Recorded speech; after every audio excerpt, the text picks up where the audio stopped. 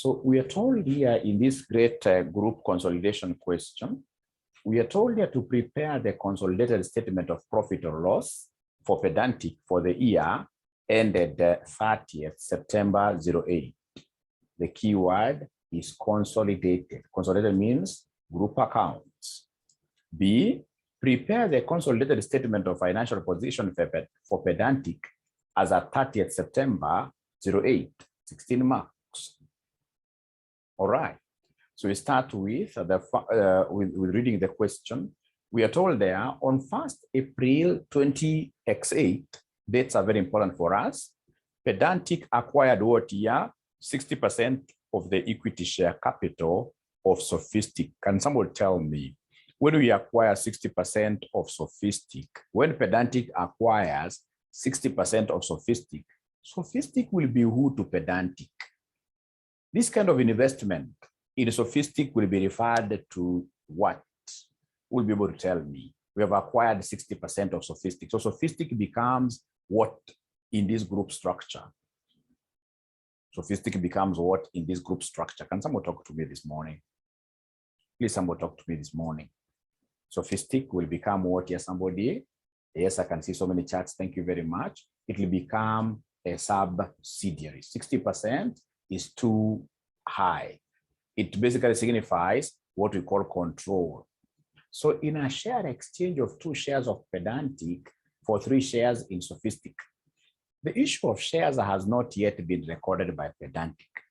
At the date of acquisition, shares in Pedantic had a market value of 8 each.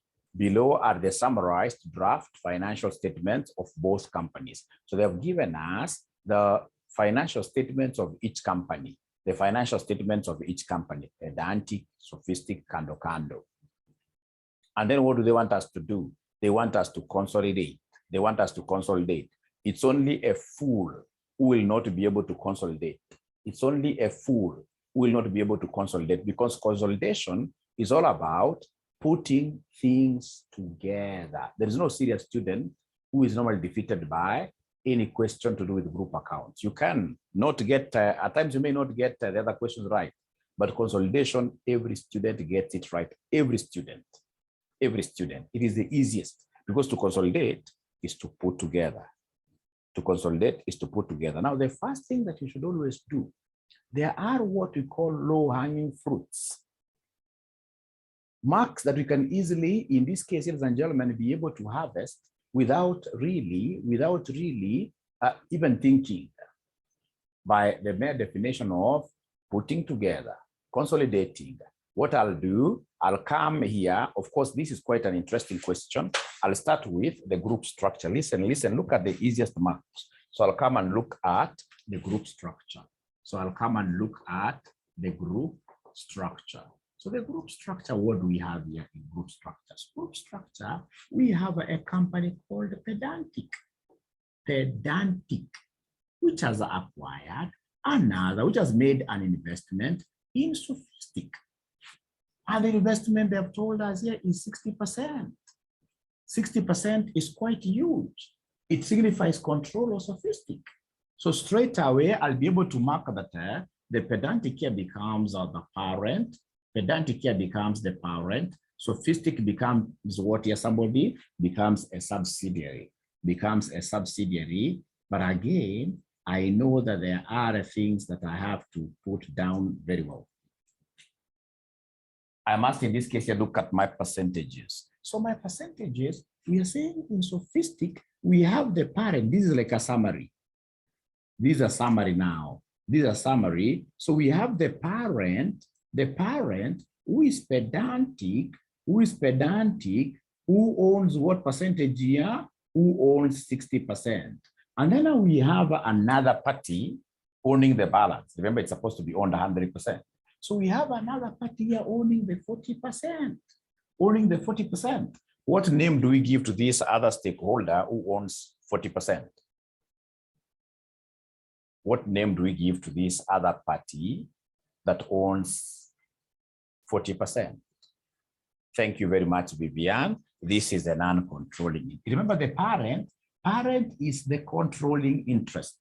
We're the ones who are controlling. Then the one that owns the other percentage here will be called the non-controlling interest, will be called the non-controlling interest, will be called the non-controlling interest, which is 40%, and you're right, we shall always be coding this as NCI. We shall always be coding this as NCI. NCI, thank you very much. Now, the other thing that will be very important for me will be the dates. So come and give me the DOA, and the DOF. DOA is the date of acquisition. DOF is the date of financial statements. So the DOA and the DOF, could you kindly give me the DOA? What is the date of acquisition? And please, when I display the question, if you don't have the book, that book is very important. I've so far given you two books. So please, it's important that you get to take a screenshot of this question. You just take a screenshot of the question. You take a screenshot of the question so that I can avoid every time doing what you are sharing. You simply take a screenshot of the question. All right. So the date of acquisition, we are told on 1st April 20x8. 20x8. So we have here 1st April 20x8. So we have here 1st April x8, x8 or 08. Take it as 08. How about the date of financial statements? Could you kindly give me the date of the financial statement that you're seeing there? The date of the financial statement that we are seeing here. The date of the financial statement that we are seeing here, we are told, ladies and gentlemen, the date of the financial statements is, we have the financial statements here. We are looking at 30th September x8. 30th September x8. 30th September x8. 30th September x8. So we have 30th September x8. So I'll be interested in the number of months in between those two dates. So could you kindly count for us and give us the number of months in between 1st of April and 30th of September? In an exam, you should never shy away, please, especially if you're a gentleman. Gentlemen, we are not very good in terms of counting number of months, number of days. Dates are normally not very good for us. So please raise up your hand like this. Count. So we have the whole of April, May, June, July, August, September. 6 months. So we have 6 months. This is very important for me. Very important for me. 6 months, very important for me. So please always ensure that you count your months very nicely. Now, after that, the next thing I'll do is not even what I told you when I was introducing this thing of the big five, whatever. No. Of course, that is the procedure in practice. When I'm doing this thing practically, I know after group structure, I would want to measure the worthiness of my subsidiary. I know that is what I do in practice. But you see, this is an exam. An exam has got so many issues, underlying issues. You know, in practice, I can do this entire thing for a whole even month.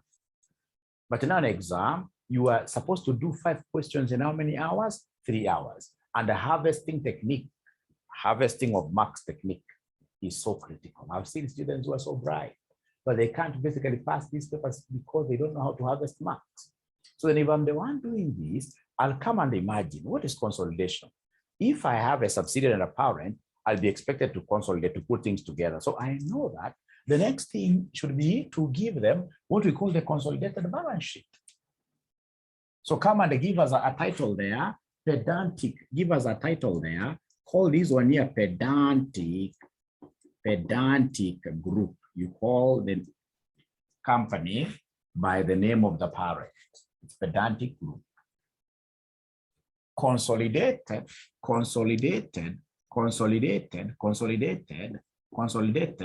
statement of financial position. Consolidated soft, consolidated statement of financial position for you must write it in full. Then exam, you must write it in full. You write soft, then the examiner will not be soft on you. The examiner can't be soft on you. Consolidated statement of financial position as the date of the financial statements given here as at 30th 09x8, like that. And then you underline nicely. Of course, you can begin with the income statement, but if I'm the one doing this question, I'll begin with the statement of financial position. The only thing that I've got to do very well is to come and label this question very nicely. Like this is question number 29, Roman 2, because it is Roman 2, they told me to do a statement of financial report. So for you, write, for example, question number 1, Roman number 2, to draw the attention of the examiner to whatever that you are doing, right? Right. Ladies and gentlemen, after that, now I will start consolidating. Remember, it is just your usual statement of financial position. It is your usual balance sheet. So balance sheet, you're looking at what here, the assets. So first of all, we begin with the non-current assets. Remember, it is your normal, the non-current assets. And remember, I don't have to keep on imagining here, no. This, even the format has been given. I'm telling you, this is the easiest thing. This is the easiest thing. I'm telling you, if you're on a consolidation, then you have a problem. Because if you look at this, we have our assets here, and then they have given us non-current assets. So mine is to copy. So the first non-current asset there will be the property, plant, and equipment. So we have here property, plant, and equipment. We have the property, plant, and equipment. So non-current asset, we have the property, plant, and equipment. Please write in full. For me, I'm lazy. I can write it like this because I'm not having this work marked by anybody. Rather, the people in this case who are marking my work here are my students, and they can't mark me wrong. They are my friends. But you see, Casneb is not your friend. Please write these things in full. So property, plant, and equipment, we are basically putting these things together. We are summing. So in this case here, what do we have here? I can see the figures. I'm adding them directly the way they are. If it's a parent and a subsidiary, you add directly the way they are. Parent and subsidiary, you do a liner by liner, addition. So we have here property, plant, and equipment 4,600 plus 12,600. So we have here 4,600 plus 12,600 like that. So we are consolidating, we are adding together. Ladies and gentlemen, listen and listen to me very well. We have something here. Don't pick your calculator and you start giving us what here? You start giving us values. No. There are adjustments we shall be doing later on. Like we know that there is no way you can ever do an acquisition without bringing in an expert to value a subsidiary. So we have in this case here what we call acquisition revaluations. So later on, we shall be making adjustments. So don't pick up your calculator and start punching. No. But even if you are to punch, listen, especially after you have written everything down, even if you are to punch, there are things that will be correct. Over 30% of the things that we have here, after you've written everything down, there are things that do not need any adjustment. So you'll be able to get like say 3 out of 10 marks without knowing what you are doing. And that is why I normally tell my students here to take this approach. So property, plant, and equipment, we have the 2 figures put there, but later on we shall be bringing other things on board. Now, we have Jerusa saying that the video is not very clear. From my side, I'm seeing myself very, I have a screen here. I'm seeing myself very clearly. How about the other students? Are you able to see Mwalimu very well? Are you able to see the board very well?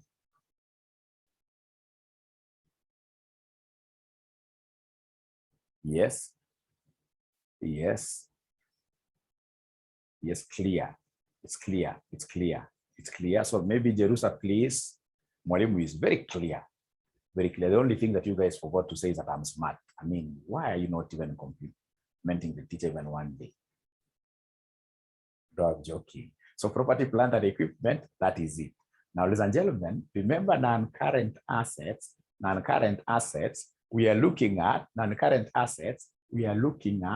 our long-term investments. Do we have other long-term investments? Yes. In the group, we have invested in the subsidiary. Listen, we have an investment in the subsidiary. Investment in a subsidiary. The other long-term investment, long-term assets we're going to be having, which will be giving us cash flows in future, is the associate. So we have here investment in what year? In associate. So of course, in our question, we don't have any associated company. And then of course, we have what we call investment in joint ventures. In our syllabus, the examiner nowadays, the examiner here made our work very easy. He said that we'll only be looking at a subsidiary and what we call associate. Now listen and listen to me very carefully. In a statement of group, in a statement of financial position, the group one, we cannot have an investment in a subsidiary as a property, or rather as a non-current asset. We can never. A subsidiary, there is no way I'll say that I'm making investment in my son. If I'm paying school fees for that little kid, right?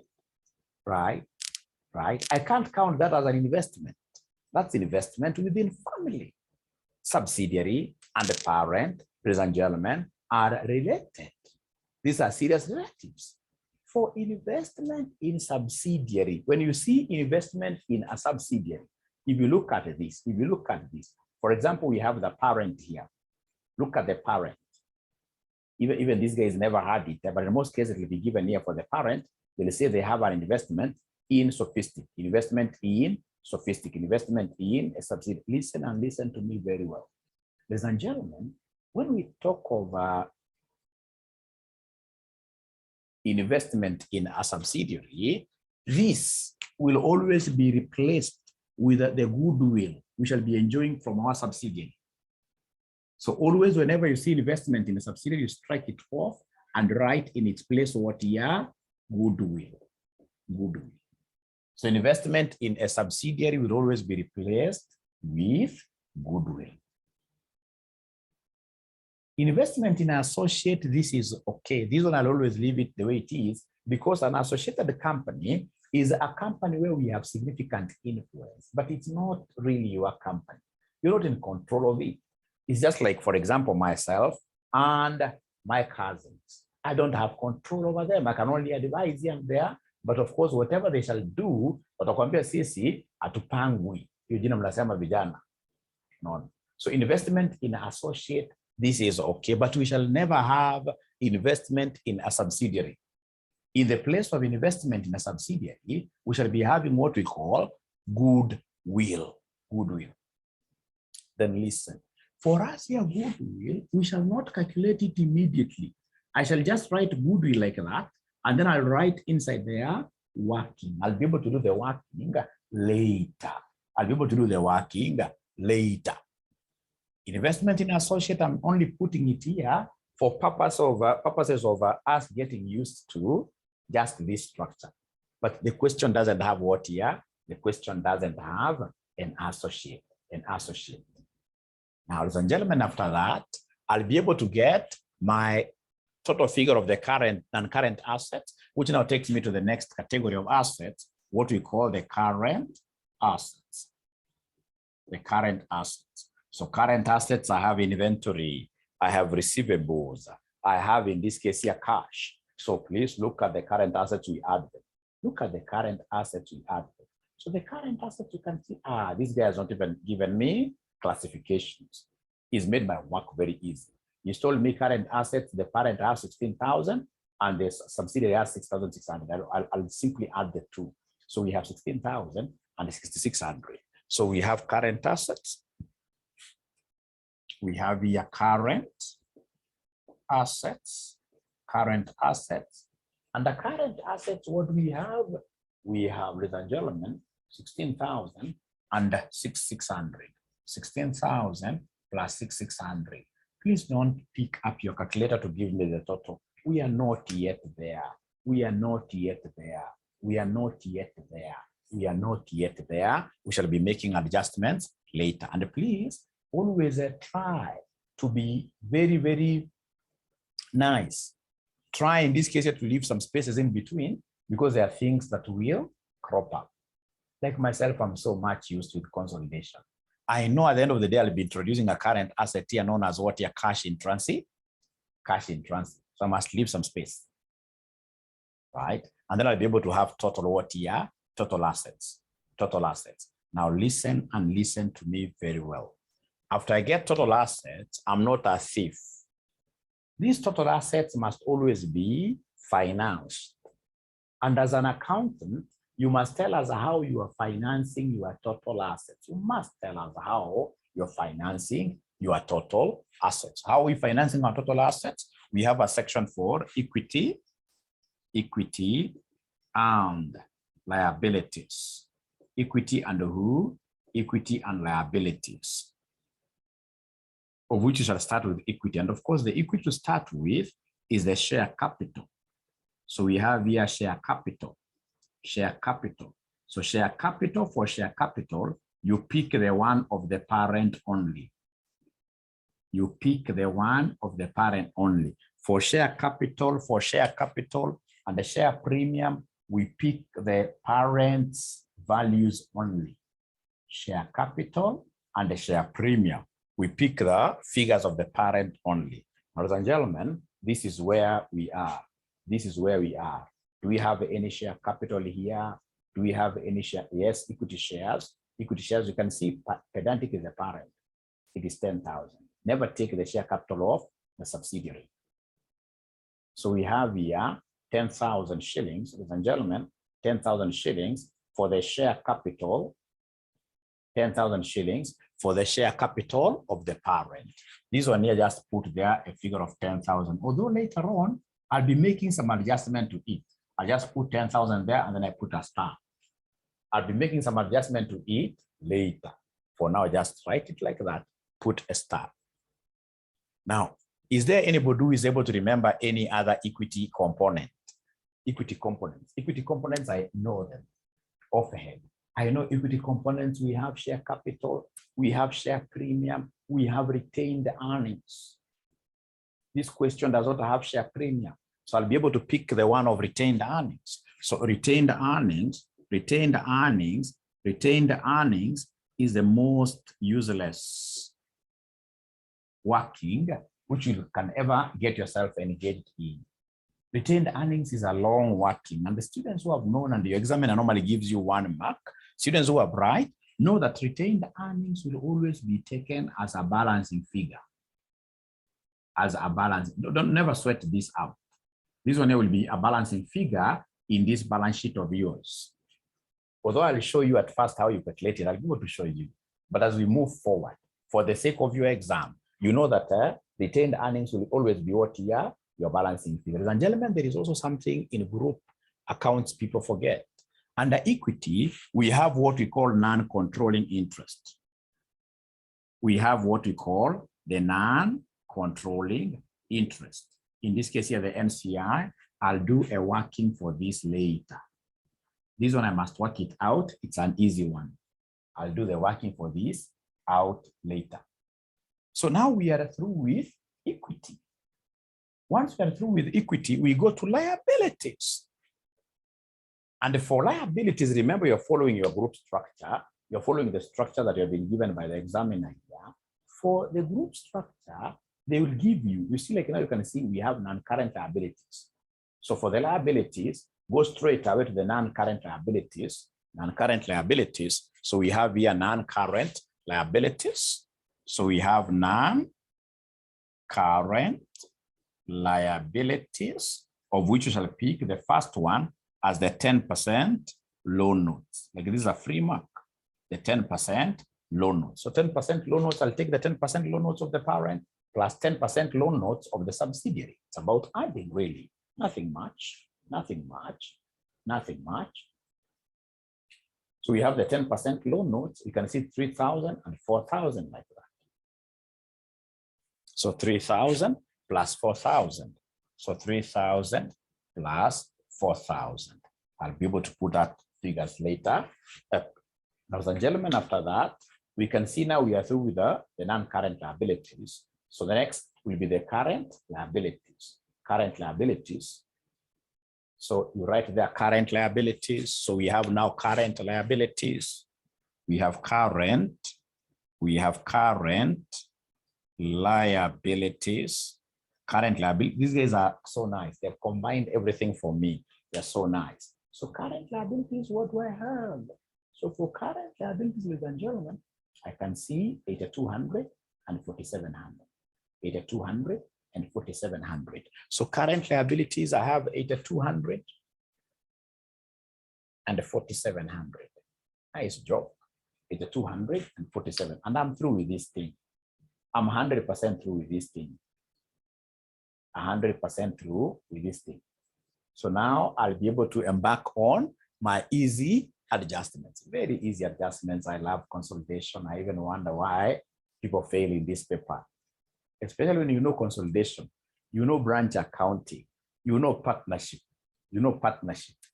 and then get to the theory areas.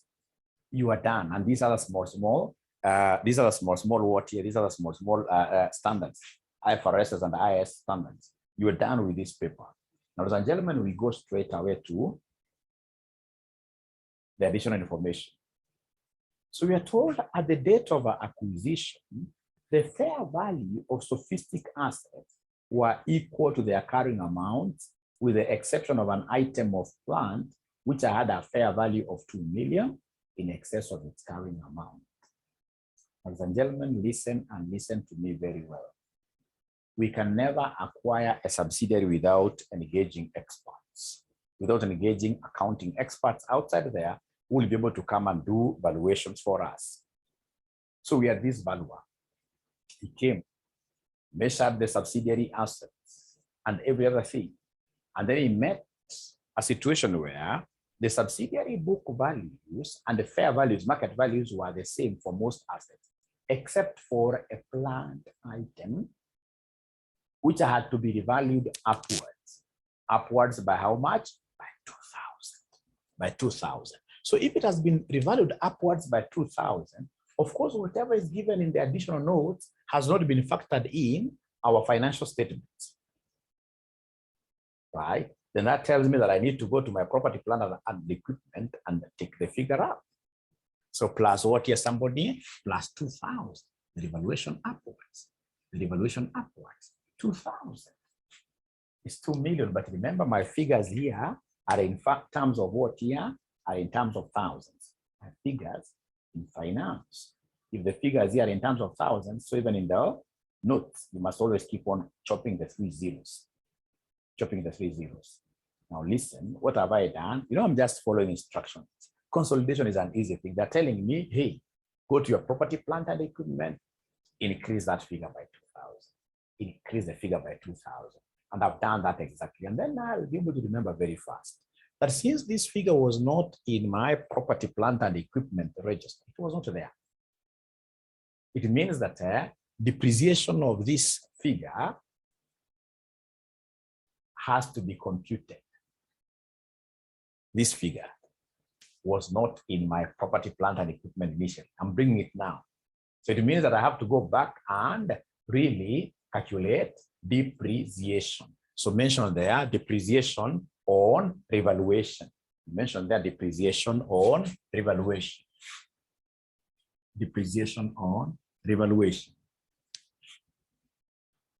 Depreciation on revaluation. So depreciation on revaluation. Nowadays we don't call this revaluation. We call it fair value adjustment. So it's a depreciation on fair value adjustment. It is depreciation on fair value adjustment.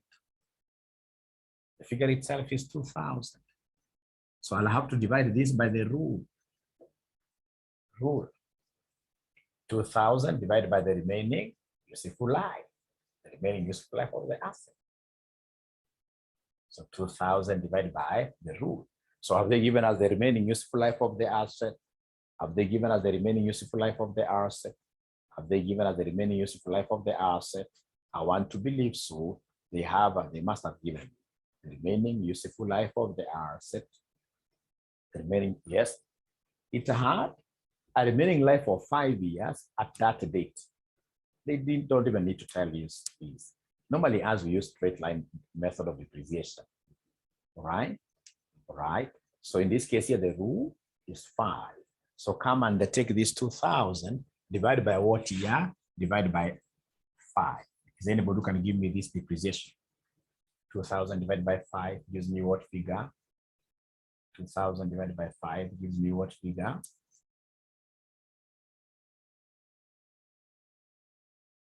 They're not talking to me. 400. Again, it tells me 400. Thank you very much. But you see, again, you have to be very careful. Anything to do with the depreciations like that, these things are normally time related. So it is 400 per annum. But we stayed with our sub in the year, we stayed with our sub for 6 months. Therefore, depreciation, relevant depreciation will be 6 out of 12 times 400. Are you able to remember the 6 months? Are you able to remember the door and the DOF? 6 months.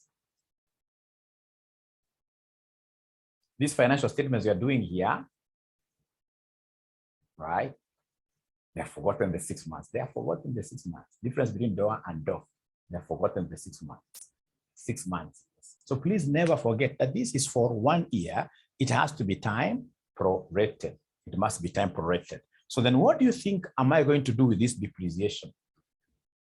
What do you think am I going to do with this depreciation?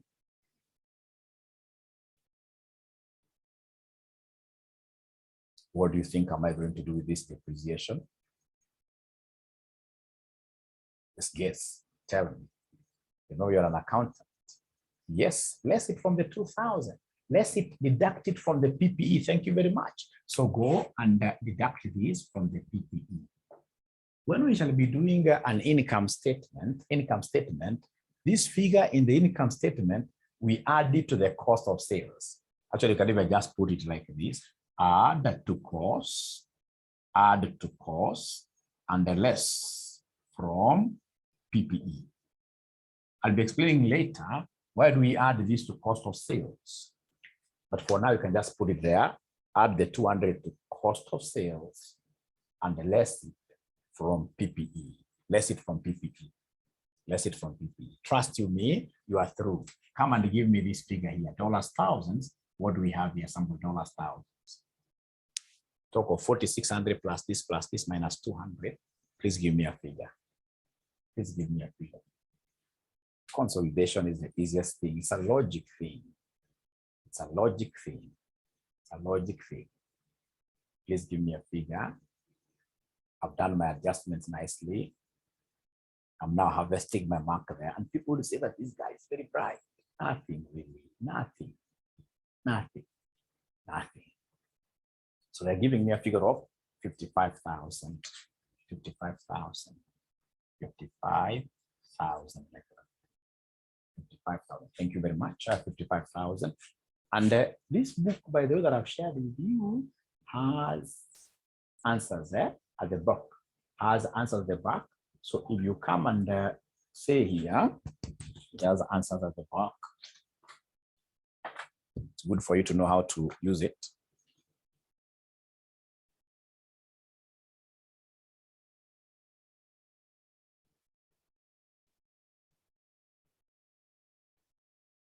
So if you go to 20 now, this is page number 15. If you go to 29, I can even just scroll here. Bad mouse.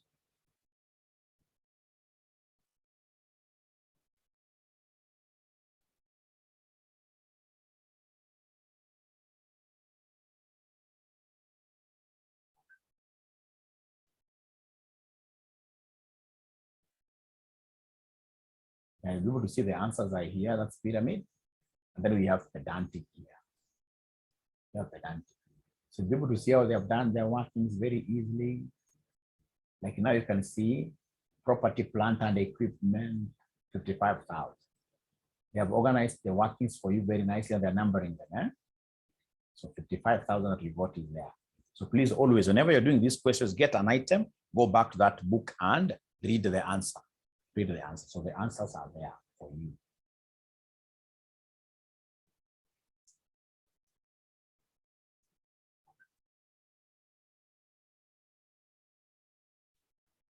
Great. So let's go back. So where are we? I'll not bother with goodwill. I will not bother with goodwill.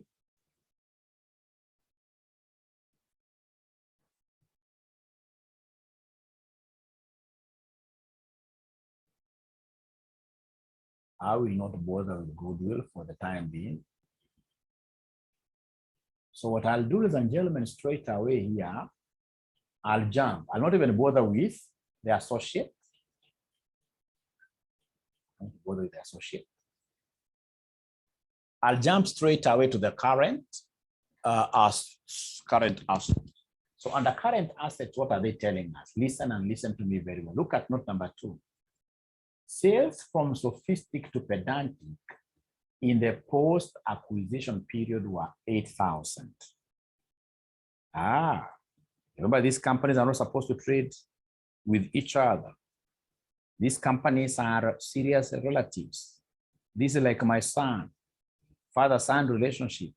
If my son, for example, was to come and study at RCM Online College, I don't expect him to pay fees, right? That is an internal arrangement, right? So they're not supposed to trade with each other. So this 8,000 will be eliminated from the group sales.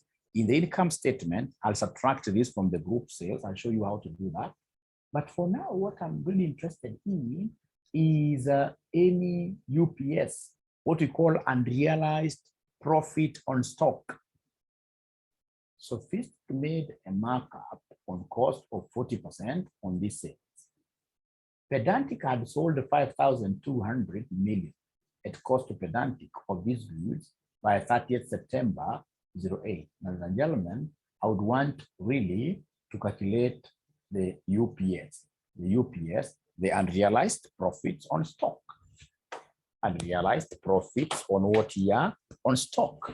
So this is a very important thing. Very important thing.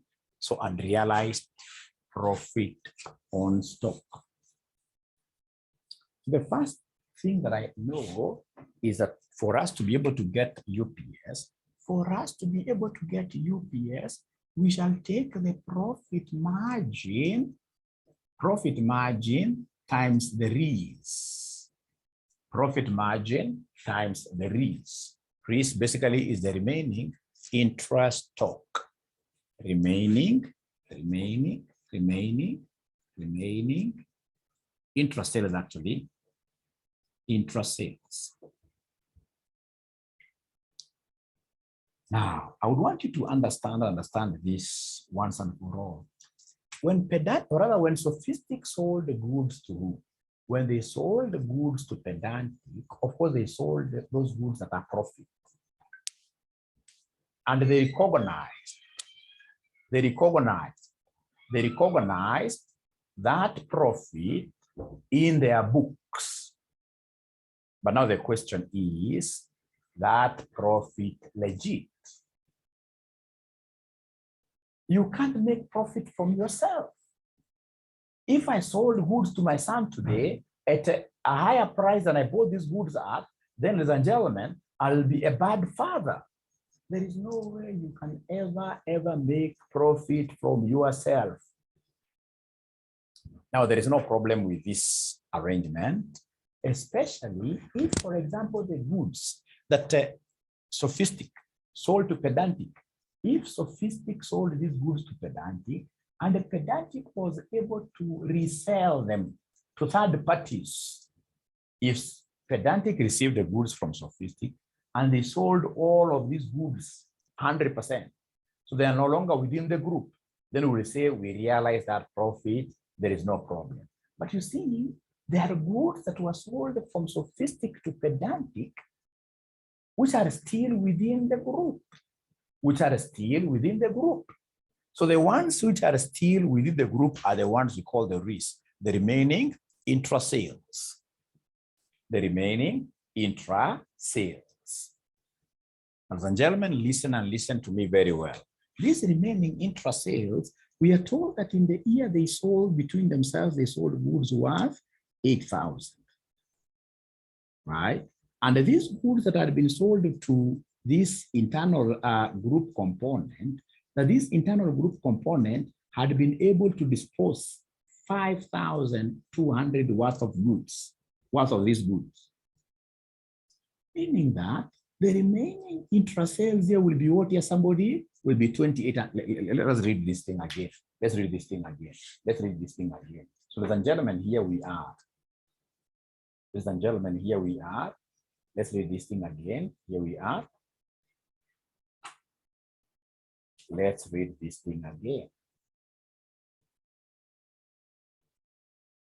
We are told sales from sophistic to pedantic in the post-acquisition period were 8,000. Sophistic made a markup on cost of 40% of these goods. Look at this. Pedantic had sold 5,200 of these goods by 30th September 08.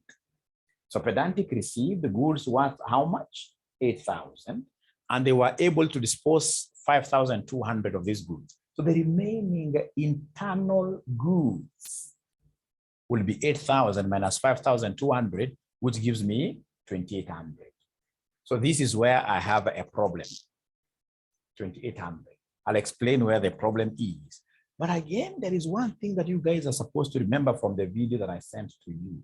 I told you that in group consolidation, we don't make use of the markup. In group consolidation, we don't use markup. In group consolidation, we always use what we call what here, somebody? We always use margin. Margin. So if, for example, you are told that the markup is a quarter, who will be able to tell me here? If markup is a quarter, margin will be equal to 1 over what? Is it 1 over 3 or 1 over 5? If markup is a quarter, margin will be 1 over who? Margin will be 1 over who? 1 over 5. Thank you very much. 1 over 5, yes. Because margin has a bigger denominator. Margin is profitability, it's profitable. Margin has a bigger denominator. So if they tell you that markup is a quarter, then margin will be 1 over 4 plus the numerator here, 1. You add the numerator to get margin, which will give me 1 over 5. Which will give me 1 over 5. So I'm repeating this for the last time. How about if they tell you markup is 3 over 11? Then what do you think will be the margin? So the margin, will the margin be 3 over 12 or 3 over 14? If markup is 3 over 11, what do you think in this case will be the value of the markup? Markup. Ratios tells me 3 over 14. Thank you very much. It's 3 over 14, yes. Because here, now the margin will be 3 over 11. You add the numerator. You add the numerator. Nobody said that you will be decreasing this by 1 throughout. You add the numerator. You add the numerator to get, in this case here, 3 over what here? 3 over 14. Thank you very much. This examiner thought that he would really twist us, and that they gave us what we call a markup of 20%. They gave us a markup of 20%. They gave us a markup of 20%. They gave us a markup of 20%. They gave us a markup of 20%. There is a low-hanging fruit here. So this low-hanging fruit, I should be able to get what we call the margin. So margin will be 20 over what? Margin will be 20 over what? Margin will be 20 over what? 20 over 120. Thank you very much, Okwiri. 20 over 120, which is 1 over what here? 1 over 6. 1 over 6. Thank you very much, Emily. 1 over 6. Thank you very much, Rachel. Thank you. So then come here and give us the UPS. By the way, UPS stands for what in full? UPS stands for what in full? UPS stands for what in full? UPS stands for what in full? UPS stands for what in full?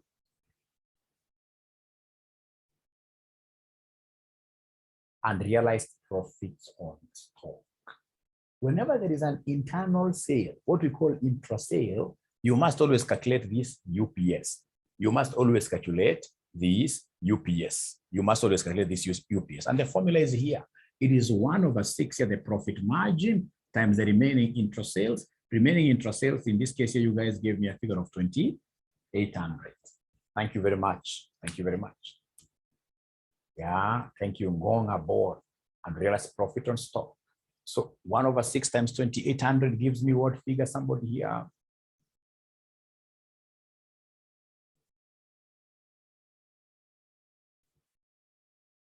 Hope it's a beautiful figure without decimals. Without decimals. I hope it's a beautiful figure without decimals. 4,666. Oh, markup is 40%. Sorry. I'm being told that markup is, where did I get 20% from? Where did I get 20% from? Then I have a problem. I have a problem. I'm told markup is not 20%. I'm told markup is not 20%. I'm told markup, you are right. Markup is 40%. Markup is 40%, sorry for that. So this markup is 40%. So 40, so this will be 40 over 140, which is 1 over what here, which is 4/14 or 2/7. You can even leave it like that. Just leave it like 4/14, there's no problem. So please come and apply here 4/14, like that. So 4/14 times 2,800. Sorry for that. So they're telling me it's 800. Great, thank you very much. So could you kindly give me the accounting treatment of this 800? What do you think should I do with this 800? You as experts of consolidation. You as experts of consolidation. I love this because this is what I do every day at my workplace. Every day, like today when I go there from 7:30 in the morning, I handle group consolidations for East African breweries, for Equity Bank. I'm the one who is in charge. I work for a software company, Swedish software company, which is a competitor of SAP. And our work, you must have heard of SAP ERPs. So our work is basically group consolidation, and we are the ones who are providing group consolidation software and expertise to over a quarter of the listed companies in Kenya. I'm so privileged because of the experience that I'm getting there every other day. So these are things that are really here. It doesn't matter. Like the other day, we were consolidating a firm that has got 500 subsidiaries. Sony International is a big multinational. 500 subsidiaries with a number of associates, with a number of joint ventures, and we are able to really, especially follow the IFRS to the letter, right? So you get like group consolidation taking us like 3 months, and we are a big company working with accountants over those particular what year, like now accountants of Sony.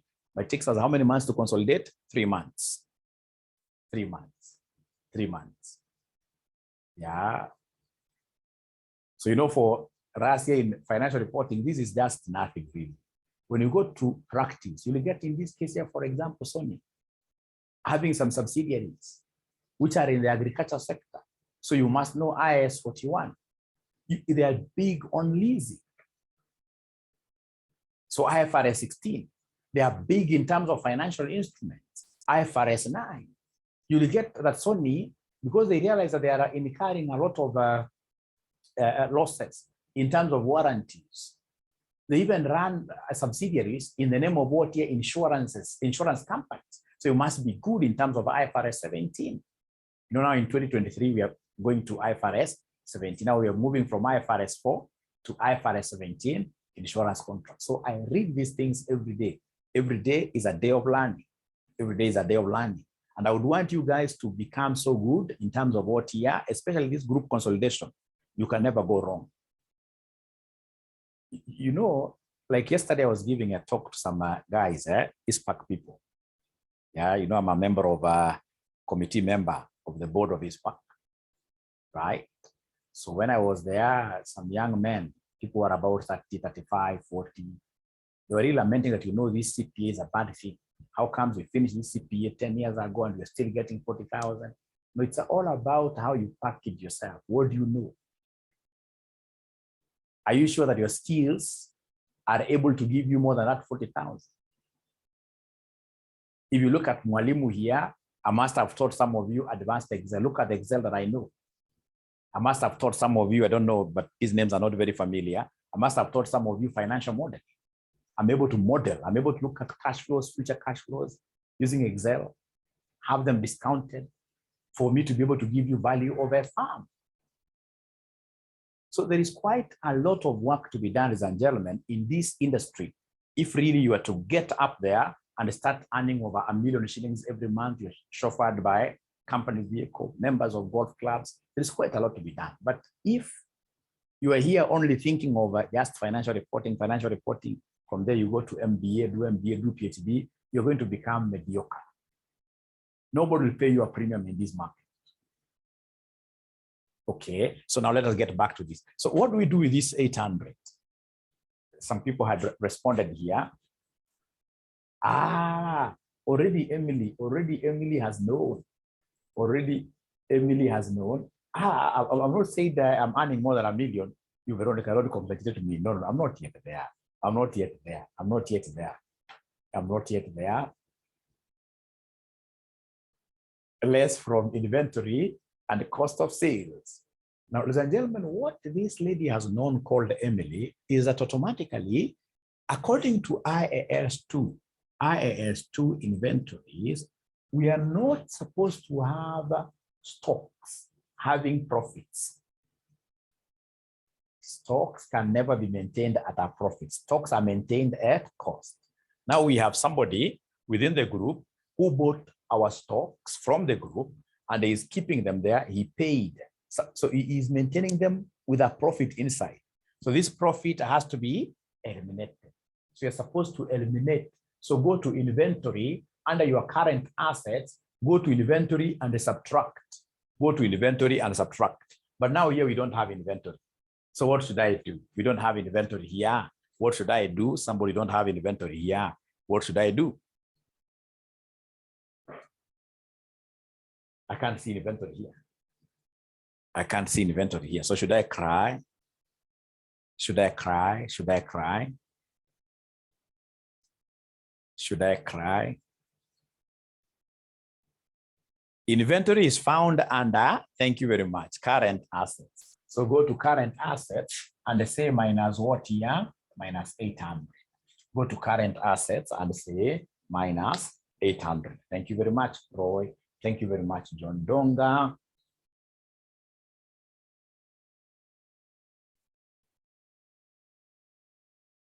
Now we go to the next one. The next thing we are told here is that other than where indicated profit or loss items are deemed to accrue evenly on a time basis. So this is wastage of what here? Wastage of just time. They just want to waste your time. So this is irrelevant. You know, even in music, you'll hear, in this case here, somebody singing a very good song. They sing so many things you can hear, but at times they reach a level where they just lose it, right? They go to their things. The same case in financial reporting, there'll be additional notes that you shall not be using at all. You shall not be using at all. Great. Ladies and gentlemen, from there, what do we have? From there, what we have, we are told here, not 4. Sophistic trade receivables at 30th September 08 include $600 due from Pedantic, which did not agree. First of all, we make this adjustment. Where do we find trade receivables? Trade receivables are normally found under current assets. They are normally found under current assets. And we are being told here that we have these serious relatives that are not supposed to be owing each other. If, for example, like my wife, I told you the other day, if she asked me to give her 30,000, I'll give her, and for sure, I'll not expect to be paid back even a penny. Don't expect to be paid back because of the relationship. So if there are any internal owings, they must always be eliminated. At our age, ladies and gentlemen, given a few things that we do even in church, through guidance and counseling, you'll get some couples coming. A couple comes, a lady comes and says, what? I gave this man of mine here $500,000. And now he has refused to. So at times we come in and tell them, hey, you know what? Fine, this man will return this money, but fine, this family, please, for the sake of love, let's cancel that debt. Or rather put it in a way that this man will be able to do what, because again, most men, we are not very good in terms of what? Repaying back our debts, especially with their family. So if it's family related debt, try as much as possible to cancel, because we know that at the end of the day, that debt will not be paid. So the same case, there is a company saying that there is a receivable of 600. Please go to the group receivables and subtract that 600. Subtract, it will never be paid. It will never be paid.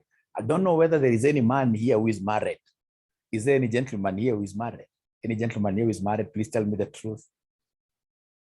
Any gentleman here who is married? John Donga, great. Thank you very much. So if, for example, today you are to give your wife, say even 100,000 shillings, men, will she return that money back to you? Will she return that money back to you? Tell me the truth. No. So the best thing to do is to cancel. You cancel out. So you don't have receivables here. So go to the current assets where receivables are supposed to be. Just cancel that. You will never see that money. You'll never see that money. You'll never see that money. You'll never see that money. You'll never see that money. And the same men who are here, they'll tell you that when their wives here give them money, that money has to be paid back. The same men who are here who are married. If you're not married, please tulia. Wakatoko tafika. The same men who are here who are married, is it true that when your wife gives you money, you have to return? You're right. You have to return. Wanasema ya mama ni ya mama, ya bwana ni ya sote. Ya bwana ni ya sote, ya mama ni ya mama. Lakini for purposes of group consolidation, whenever you hear that there is an intra-owing, internal owing, please, that's a free mark. Go and cancel that figure. Go and cancel that figure. But now you must remember to continue reading the question. We have been able to cancel that internal receivable. Continue reading the question. Continue reading the question. We are told here, which did not agree with the pedantic's corresponding trade payable. This was due to cash in transit of 200 from, you can see I'm very keen. I can't read this as 200,000. I'm chopping the 3 zeros, and that is a practice I would want you to be doing. I'm chopping the 3 zeros. This was due to cash in transit of 200 from pedantic to sophistic. So we have cash in transit. Cash in transit is a current asset.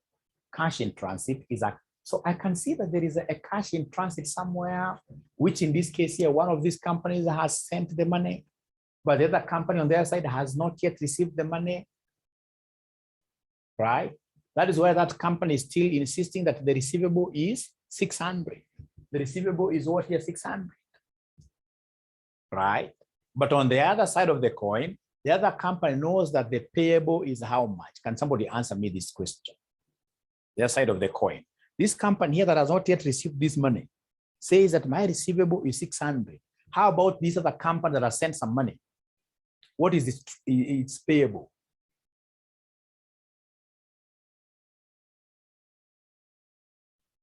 I think that question is not very clear. Yes, it's 400. Because you see, when they paid the 200, then they recognized they have made that payment and reduced their payable. So then to them, the internal payable is 400. So go to payables and cancel that payable.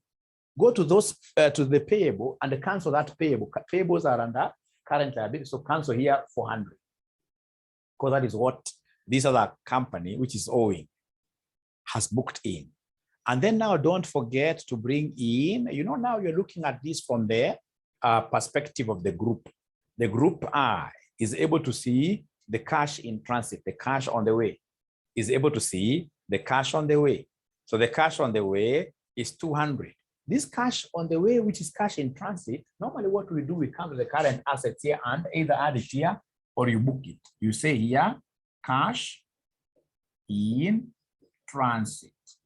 Cash in transit, which is what here, which is 200. Cash in transit, is 200.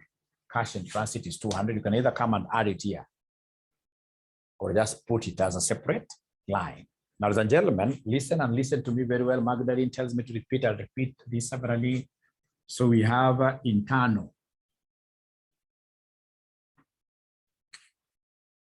intra owings, we have receivable. Receivable is 600.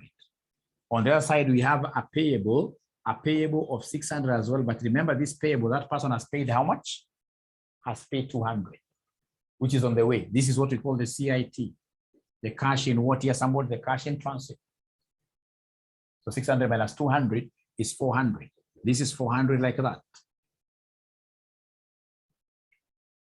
And now what have I done? Because it's an internal receivable, I've gone and subtracted it from the receivables, 600. And the payable, I've subtracted 400.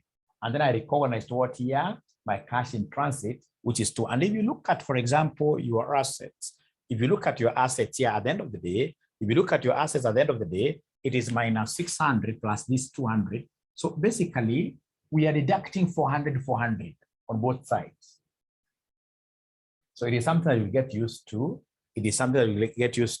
Let's look at the next thing, ladies and gentlemen. The next thing here that we have. Go to the next one. So you're told here, note number 5. Pedantic has a policy of accounting for any non-controlling interest at full fair value. The fair value of non-controlling interest in sophistics, so ladies and gentlemen, I'm through with my work. I'll do this later on. So could you kindly do me a favor? Do me now a favor. Could you kindly give me these totals now? The totals. So please come and give me the current assets. The current assets. Where would you want us to put this cash in transit? Can we add it here to the current assets, or we put it in a separate line? The 200. How would you want us to handle the 200? How would you want us to handle the 200? This cash in transit. Separate. Thank you very much then. So please then give me the current assets here, the adjusted current assets. The adjusted current assets. Yeah, in our case, all past paper questions, whenever you see cash in transit, you shall be having it as a separate line. Separate line. So we have Kevin giving me 21,200. 21,200. Thank you very much. Thank you very much. So please go to the 10% loan notes. 10% loan notes, what do we have? 10% loan notes, what do we have? 10% loan notes.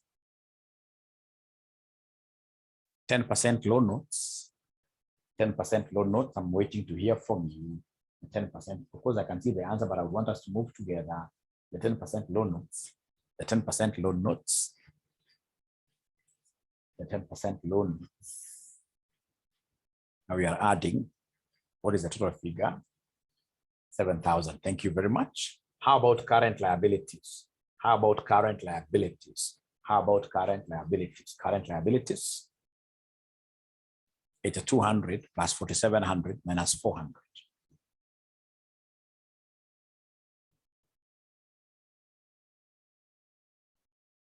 They're not talking to me this morning. So we have here 12,500. So we have 12,500. Thank you very much. Now, after I've done these obvious things, now I'll come and write in big letters, workings now. So I'll come and write here in big letters, so workings.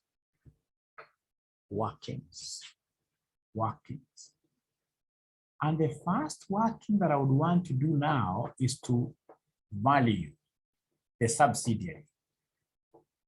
We value the subsidiary. Remember already we had the group structure. So now I'm picking it up. Trust you, ladies and gentlemen. If I'm the one doing an exam, you'll be surprised. I may not do so much of this work. I'll leave this question there and go and pick something different. Should I get time later, I'll come back to it. But in most cases, you'll not even get time later. And you'll be surprised. There are very few Kenyans who will be able to reach where you have reached. Very few Kenyans. Very few students. So as we get along, I'll also be teaching you these exam techniques. Remember during my time when I was doing this CPA, I got 6 awards. I got 6 awards. All right. And when I was doing ACCA, there is a paper that I did, and I got position number 19. 19 globally. Right? I know that I'm a genius, really. No. I know the techniques of an exam. Like there is a paper that I did in December. I always do exams every other day. There's a paper that I did in December. I'll be able to share with you. Immediately after this, I'll be able to share with you my scores. You'll be surprised. Yeah. So it's exam technique. Because so many students get into this FR paper, they're not able to finish questions. Because some people will go and get a question on consolidation, and then they take 2 hours doing one question. You cannot pass. If I'm the one, I'll do these things very fast. I have marks there over UPS, I have marks of the group structure, I have marks here and there. I'll end up getting 6 out of 10 within 30, 35 minutes. I'm done with that. I go to something different. I go to theories. Theories, you must always write. Theories always, never should you ever, ladies and gentlemen, think of ignoring any theory question. Even if you don't know, just go and write conjunctions. You simply say nevertheless, however, moreover, importantly. You keep on repeating those things, because in most cases, when the exam performance is so poor, your examiner has always told us to be very lenient. And the leniency will be applied to areas like these theory areas. So long as you've written something, even if you wrote a dog is a dog, right? Correct. So exam technique is so important. Yes. Yeah, I'll be teaching you the exam techniques. Great. So now come back to the net assets. So net assets, normally net assets is at acquisition and at reporting. So we start with share capital. Could you kindly give me the share capital to write here? At acquisition, please go back to your book. At acquisition, go back to your book. Go back to your book.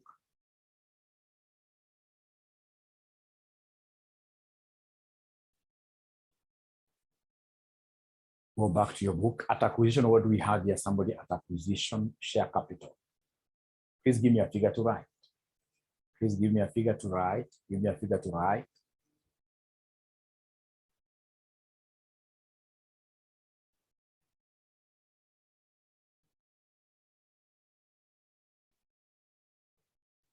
I'm waiting to hear. Which figure should I write? Which figure should I write? At acquisition, share capital. Which figure should I write? I'm waiting to hear from you. I can't see any writing anything.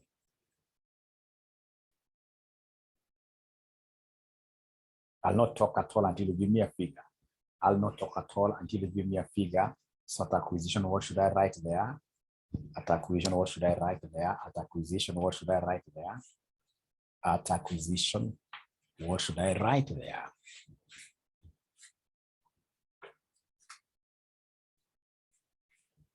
At acquisition, what should I write there? Share capital. Hey, nobody has written anything. Nobody's. You guys are able to hear Mwalimu? Are you able to hear Mwalimu? Are you able to hear Mwalimu? Are you able to hear Mwalimu? Are you able to hear Mwalimu? Are you able to hear Mwalimu? So at acquisition, what should I write?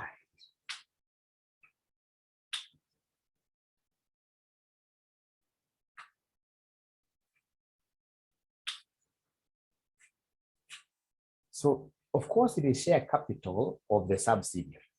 Share capital of the subsidiary, which is sophistic, which is 4,000. Yes, it's 4,000. 4,000. So at acquisition, share capital is 4,000, and at financial reporting, of course, is 4,000. So remember, we normally value net assets from the equity components. So after share capital, the other equity component is the retained earnings. Retained earnings. So retained earnings, of course, I'll always start with at reporting. So retained earnings at reporting, is there somebody who can see retained earnings at reporting? Is there anybody who is able to see the retained earnings here at reporting? Is there anybody who is able to see retained earnings at reporting? Retained earnings at the date of reporting. Please don't pick the one of pedantic. Don't pick the one of the parent. So at reporting, what do we have here at reporting?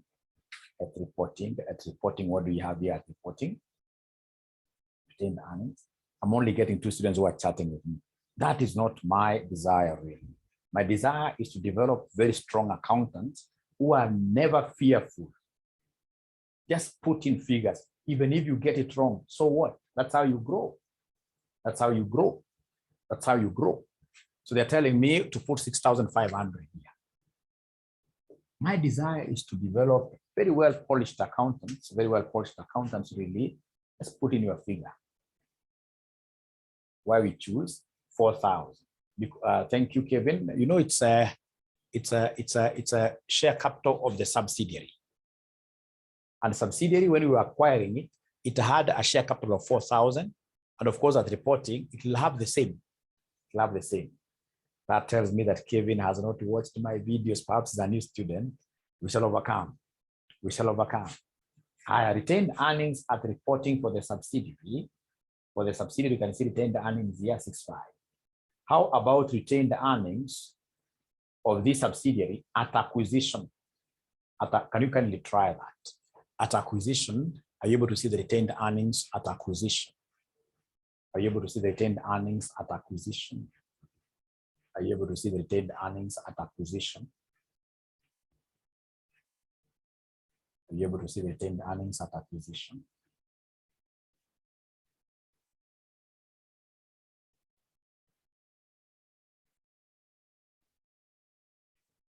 Retained earnings at acquisition. Are you able to see that?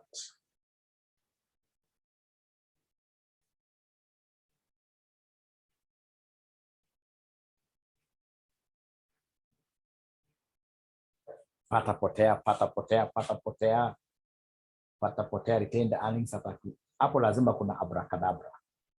Hapo kuna hesabu tunafanya. Because you can see at reporting tulikuwa na ngapi? At reporting tulikuwa retained earnings at 6,500. Na profit for the year ya subsidiary ilikuwa ni 3,000. Na sophistic. So hapo kuna ile hesabu tunapiganga. Hapo kuna hesabu inapigwa. Ile hesabu ya number line. Ile hesabu ya number line. Tuko na beginning of the year, beginning of the year, beginning of the year. Tuko na end of the year, end of the year. This is what we call 6,500. And of course, we have date of acquisition. And we want retained earnings at acquisition. This is what we do not know, X. And unfortunately, ladies and gentlemen, we know that the profit here, from here to here, is 1,500. The profit from date of acquisition to the date of the financial statement. Najua ni 1,500. Na uzuri hii round, hakukuwa na dividends. Hakuna dividends which were declared. Nimetoa 1,500 wapi as we finish. Wana macho yote lakini hawaoni. Wana macho yote lakini hawaoni. Nimetoa 1,500, nimetoa 1,500, nimetoa 1,500. Oh yeah, nimetoa 1,500. Nimetoa 1,500, nimetoa 1,500. Nimetoa 1,500. Oh yeah, nimetoa 1,500.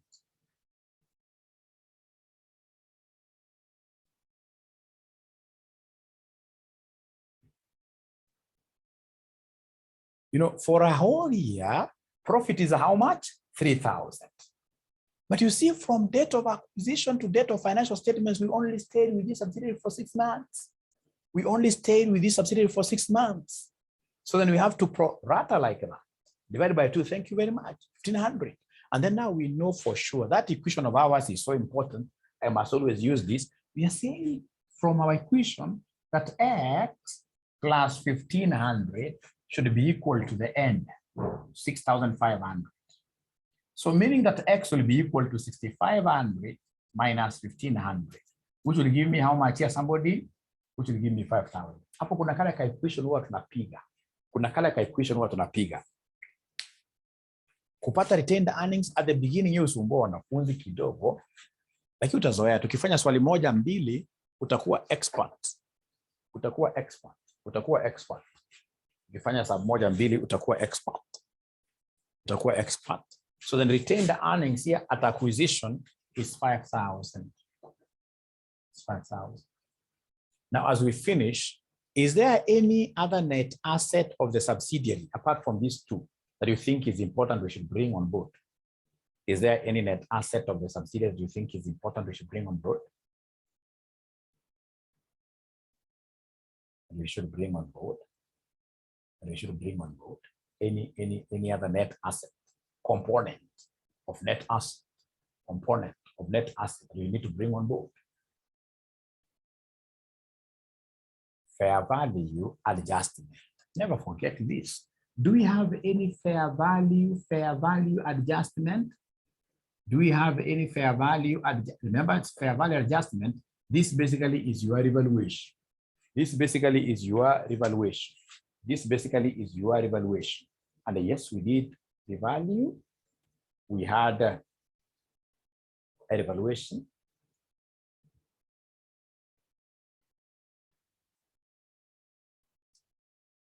The 2,000. Remember the 2,000. So the evaluation is what we shall bring here. Evaluation is what we shall bring here very fast. It is 2,000. 2,000. Same. 2,000. Please don't forget to bring in the issue of what here, somebody. Don't forget to bring in the issue of depreciation on fair value adjustment, which you had computed and you normally take it here. If you remember, it was 200. This has to be something to deduct. So then could you kindly give me these values very fast? Give me the totals here. Give me the totals. I'm so sure you'll get used to these things. Don't worry so much. It's your first example. It's your first example. So at acquisition, is there somebody who's able to give me this total very fast? Now we need to prepare for a job. 11,000. 11,000. And then we have at reporting, what figure are we getting here at reporting? At reporting.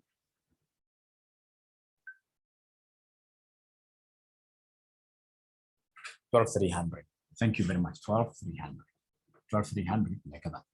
12,300. So, ladies and gentlemen, we shall be using these things here to calculate goodwill, etc. etc.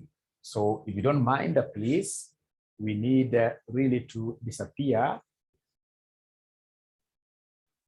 And please, don't forget to market Mwalimu. Don't forget to market Mwalimu. I should not be waking up this early to teach only 30 students.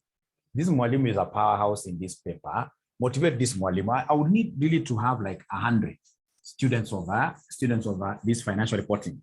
So please get out of your way, talk to your friends out there, and ensure that we are so many of us. And of course, should you get anybody who is interested in our programs, don't forget to hit our number of 0719 525 what year 1000. 0719 525,000. Yeah, please this idea. Asante sana. Yeah, videos for catch up. Yes, we shall be able to share them with you. Fortunately, Franco Kitty has just arrived. I'm so sure we'll be able to upload these things and send them to you. Yes, bye-bye. Blessed day to you too. Bye-bye.